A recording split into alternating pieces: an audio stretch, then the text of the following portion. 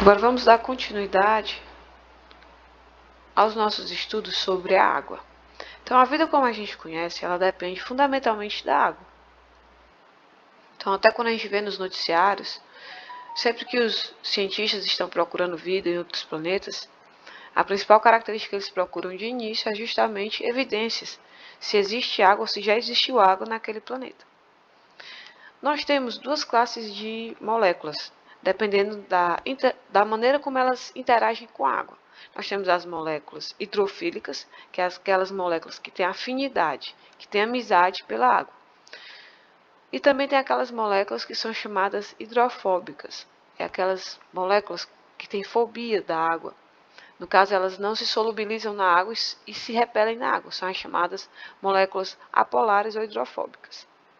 Muitas das propriedades da água, elas são decorrentes da sua estrutura tridimensional, que é uma estrutura tetraédrica.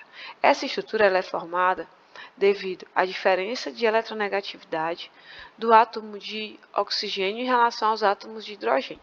A molécula de água ela é constituída por duas moléculas de hidrogênio e uma molécula de oxigênio.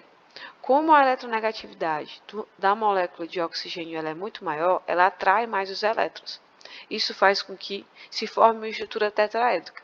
Essa estrutura também é responsável pela formação de pontos de hidrogênio.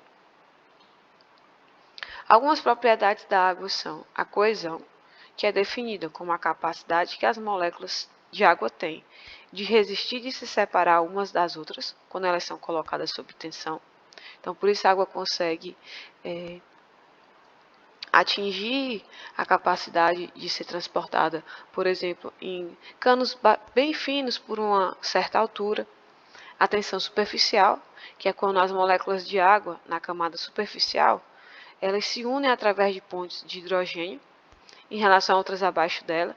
Isso faz com que a água consiga formar pequenas gotículas ou até que alguns insetos consigam andar sobre a água.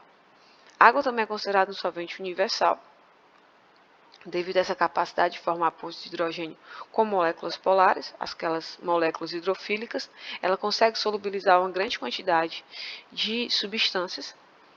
O nosso corpo é constituído basicamente por água, cerca de 70% do nosso corpo é água, e todas as reações químicas que ocorrem dentro das células, elas ocorrem justamente em meio aquoso.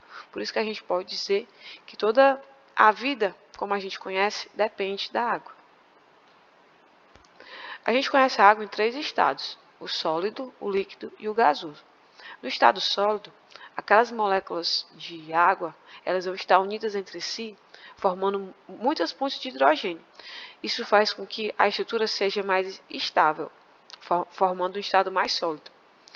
Já no estado líquido, essas pontes de hidrogênio entre as moléculas, elas estão se refazendo e desfazendo continuamente.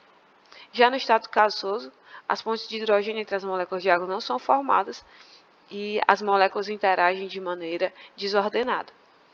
Outra propriedade da água é em relação ao seu calor específico. Relembrando o que seria calor específico, é a capacidade, a quantidade de energia na forma de calor, que é necessária para aumentar a temperatura de 1 grama de uma substância em 1 grau Celsius. Então, o calor específico alto da água faz com que a água tenha a capacidade de manter as temperaturas de um ambiente bastante estável. Então, agora a gente vai dar uma pausa e retornamos falando sobre as macromoléculas.